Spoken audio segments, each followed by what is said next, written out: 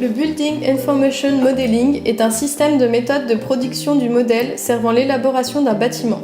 Il regroupe tous les acteurs d'un même projet autour d'un modèle fédéré ou intégré. C'est un processus complexe comportant de nombreuses facettes. Il rassemble une quantité d'informations importante sur le projet.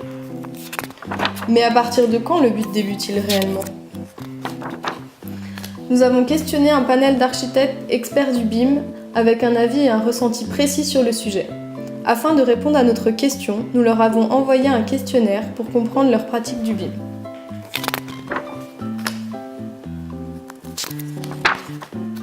La plupart des réponses indiquent une utilisation d'un logiciel BIM dès l'esquisse. Il faut émettre cependant une nuance. Lorsqu'un autre logiciel est combiné, on ne peut pas dire que le processus BIM commence dès l'esquisse. Dans 100% des cas, un logiciel unique est utilisé de l'avant-projet sommaire jusqu'à la phase pro.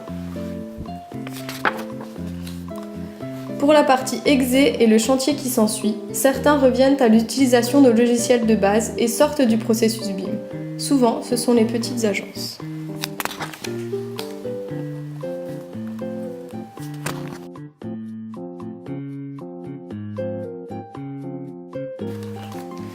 Pour l'élaboration d'un projet, les architectes doivent échanger des informations avec plusieurs intervenants extérieurs, comme les économistes, les ingénieurs fluides et structures ou encore les fournisseurs.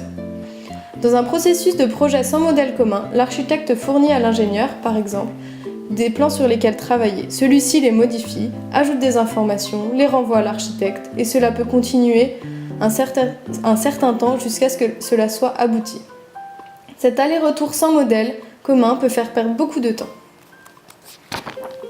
Alors qu'avec l'utilisation du BIM, l'échange d'informations se fait directement et chacun peut continuer à travailler sur le projet sans perte de temps et d'informations.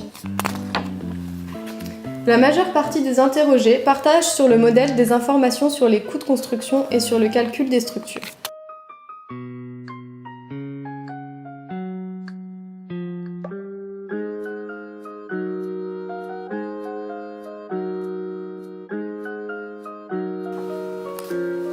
Pour un BIM efficace, l'utilisation des catalogues intégrés est préférable.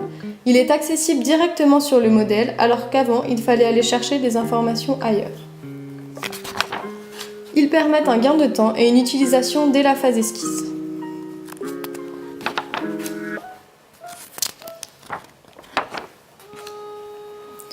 Certaines agences rencontrent des problèmes de compatibilité avec les intervenants extérieurs et au sein même de leur entreprise. Il y a alors des ruptures dans les flux d'informations. L'utilisation d'un logiciel unique entre l'agence d'architecture et les autres intervenants permet une meilleure collaboration. Tout le monde parle alors le même langage, le projet est ainsi gagnant.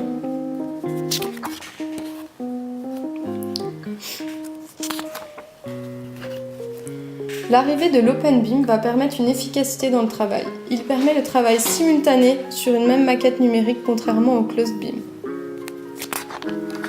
La présence d'un BIM manager au sein de l'équipe est une plus-value. Lorsque le projet a à courte échéance telle que les concours, il permet d'aller droit au but en traitant les informations directement. Alors qu'avec une méthode dite classique, le chemin est beaucoup plus tortueux pour arriver au même point.